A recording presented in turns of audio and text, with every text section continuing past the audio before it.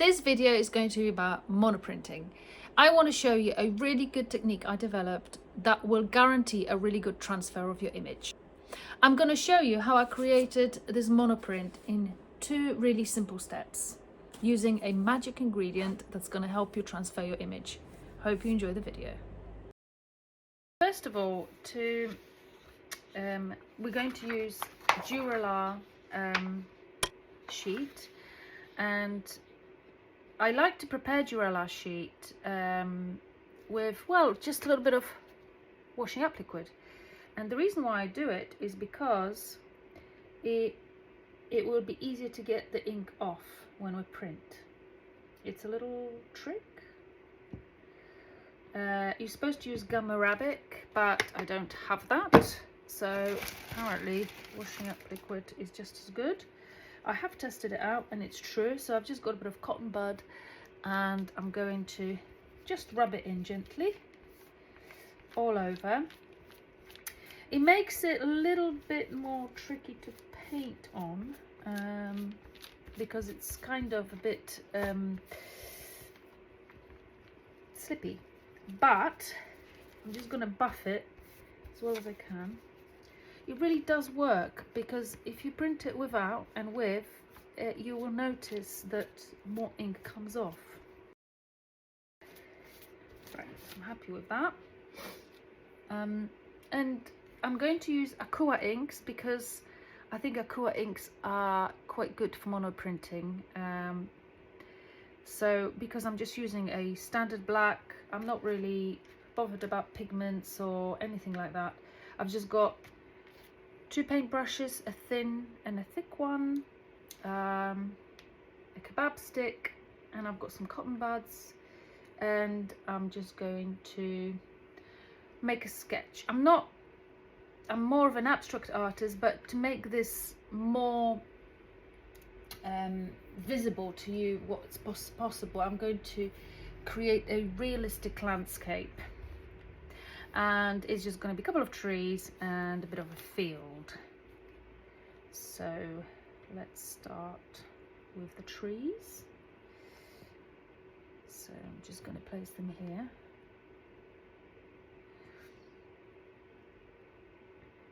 And people often asked me, what is the point of monoprinting? Why don't you just paint something? Well, the beauty of monoprinting is really because you can be, it's very difficult to achieve the same effect with normal paint. And the reason why is because you can wipe things off, and you can do your design and you can just change it. You can completely wipe this off and start again. That's the beauty of it, I think.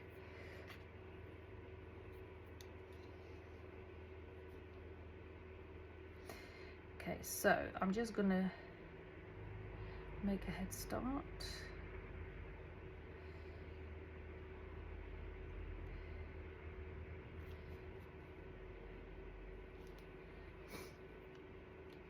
A bit of foliage, and that's a great thing about the foliage as well.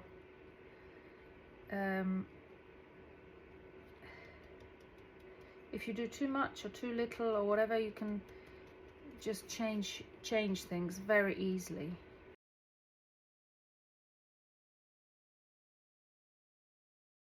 All these brush strokes, it's just wonderful. You can sort of be very playful with it.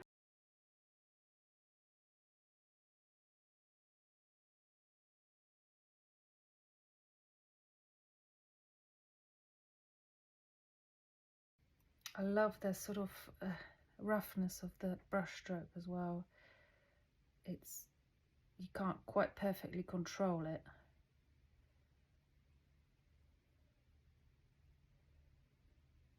It's what real life is like.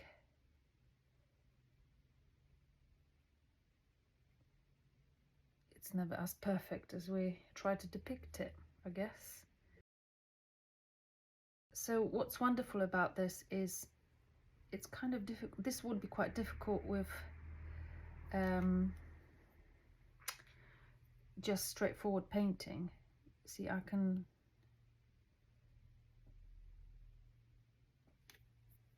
just make these marks very easily.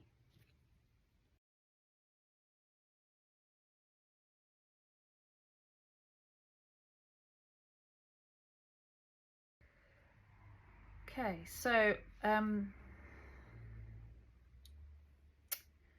just to get a bit more variety here in the tree, I'm gonna just wipe some of it off.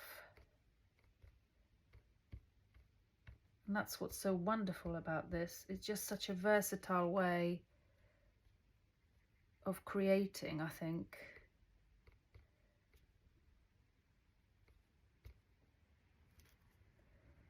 Amazing.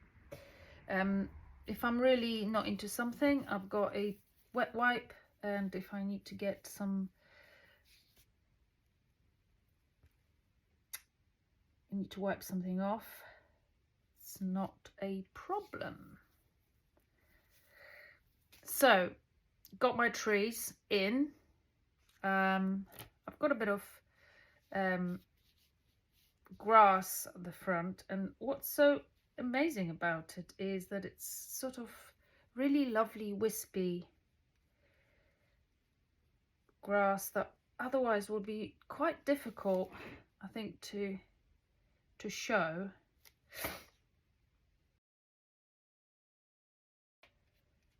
What you can do, obviously, you can do this in different colors, or you can just do it in black and white and color it afterwards. So there's various different ways of doing this. I'm just going to get those bushes in there.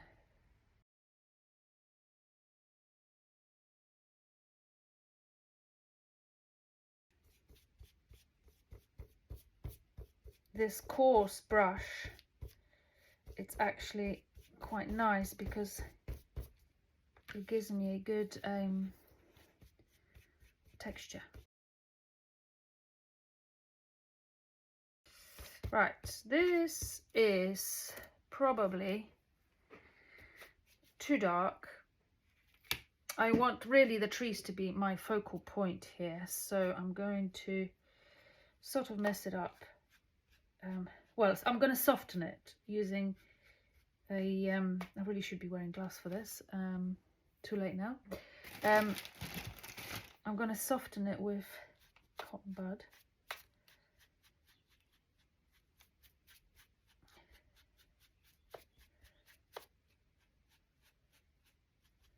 So I'm using intaglio ink here. I haven't I don't have any relief inks, so I am not entirely sure if that would work. But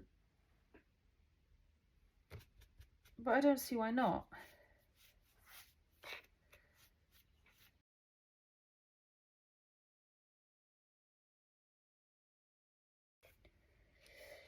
Okay, so I'll see if I can get some wispy grass as well. This is what's so lovely about monoprinting. This mark making is just so much easier. Trunk could do with being a bit thicker.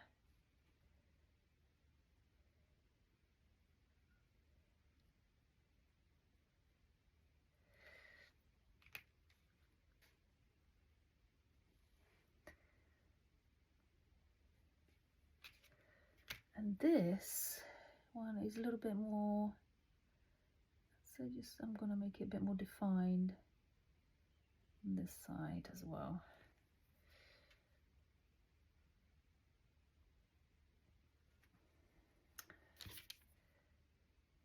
And a bit of light.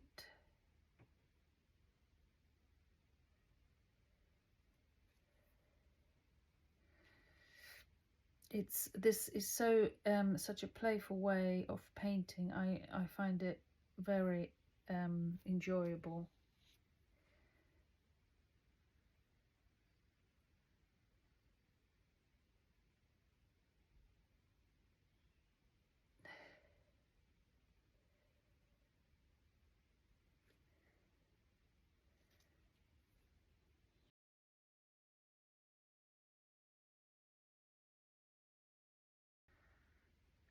yeah, I think I'm quite happy with this. It's just a really simple image. Let's print it. Okay, so I've got my wetted paper. I went for quite smooth but thick 300 GSM paper, and I've wet it so that even though it's not an intaglio print, I've wet it so it picks up ink better. So I've got my Dura-la sheet, obviously ink face down because I want to print it on the paper.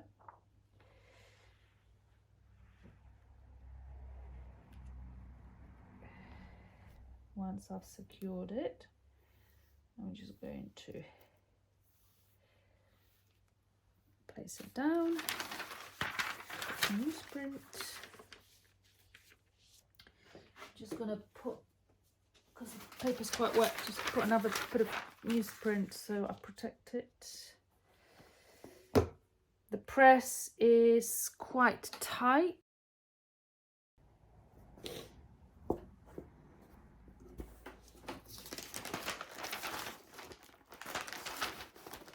Dura-la, and the imprint is pretty good, hardly any ink left. If I haven't put washing up liquid on it, it wouldn't be as good. Yeah, pretty good impression, I would say. So I have decided to add a bit of colour to my monoprint by using more monoprinting. So here comes my very helpful Dura-la super stuff, and because I'm going to work in reverse, what I'm going to do, I'm just going to use my Posca pen, and I'm going to very quickly just do the outline of what is going on,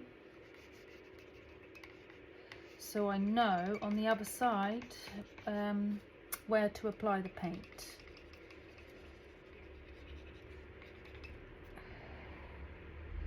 That's why it really helps to work on Dura-la, because it's see-through. You can use Yupo paper, but the problem with Yupo paper is that it's not transparent. Okay, so I know where all my darks are.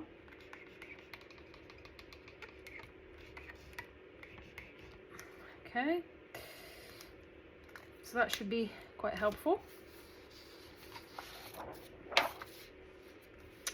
So what am I going to do? I reckon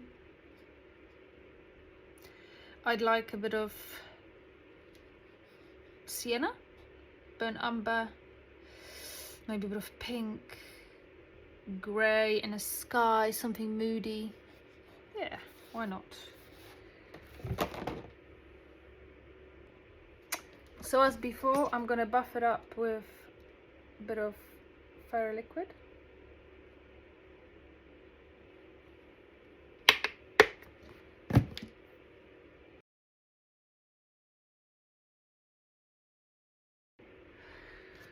Okay, so I'm going to go for a bit of Payne's Grey because I love that colour for the sky. I'm going to roll it out on here, and what I like about working on a transparent palette is that you can see how see-through the ink is. It helps if you happen to overlay. See, this colour is gorgeous, absolutely gorgeous. Big fan.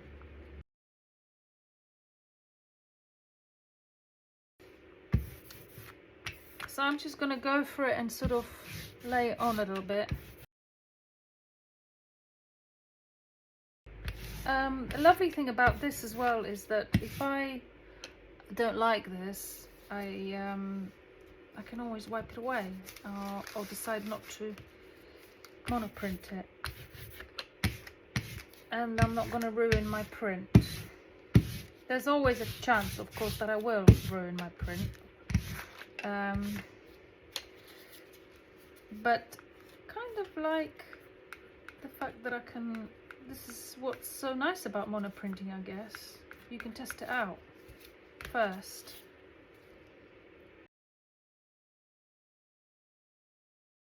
I might try a bit of this magenta.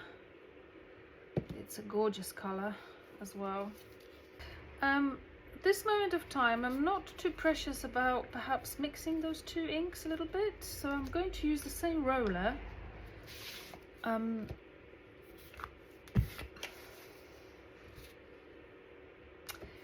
See, I kind of really into the fact that I can wipe some of the bits off.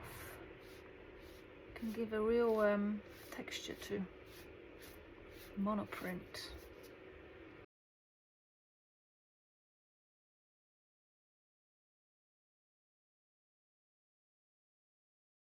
And you can always sort of smooth it out a little bit with some cotton wool as well. Could even go for layering it a little bit. Seeing how that the pink rejects even slightly Payne's grey, the magenta is sort of rejecting, and it could possibly be to do with the fact that the magenta is a little bit looser, so we're getting a bit of a viscosity effect, which is nice. Quite like how these colours kind of gently are working together.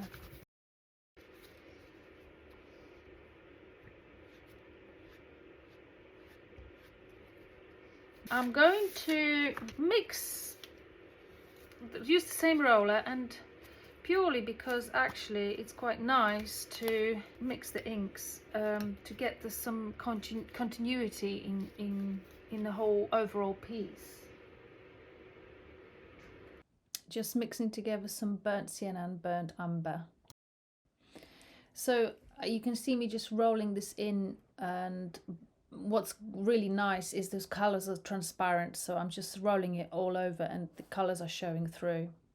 And this really is when monoprinting comes into its own, where you can give these wonderful highlights just using a bit of cotton bud, and here I'm using a little bit of scrim because it's a bit more scratchy, so you can just give that beautiful grass, wispy grass effect. So here are just finishing touches really. I'm just using a mark making tool, which is sort of round ended needle, or you can use a pencil or anything, or a pen that doesn't work anymore. So just to add a little bit more fine detail, some lines, and just giving a bit more texture. And I decided towards the end just to add some more brush strokes, just to smoothen that horizon. I don't like the fact that it's sort of divided into half, so I wanted to just soften the horizon line and add some more texture around the trees and in the foreground. So the sort of hard bristled brush is quite nice because it gives texture as well as applies ink. Yeah, so really just adding some more variation to the foreground. I'm applying here some magenta to kind of unify the whole piece with the sky, and those sort of lines at the front are giving a nice touch. I just felt like it needed something just to bring it all together. So yeah, I've got this sort of small roller as well, which is quite nice in adding some more line, some more sort of texture. Yeah, so I think it's ready for print. Let's do it. All right, so let's print. I have actually soaked the current print in a water bath, and it hasn't really affected the ink, the aqua ink. It's about 3 days old, so it has some time to dry, absorbed by the paper. So yeah, it was okay, no problem. Now, a very, very tricky part of trying to put this on without having any fingerprints on it. virtually impossible, I think. So let's try to align it more or less.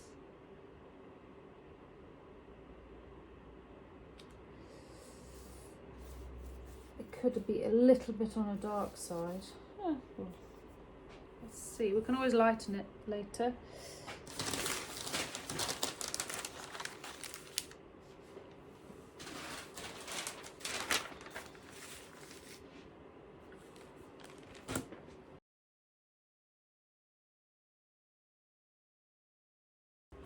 Let's see.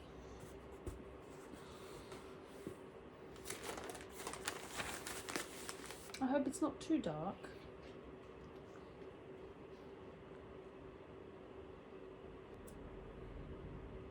Well, it's transferred beautifully.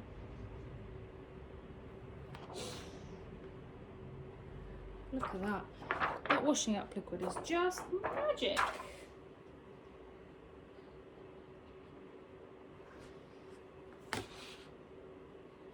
I think it's gorgeous. That's a little bit braggish of me, sorry. So I've had to cut myself off, blow my own trumpet.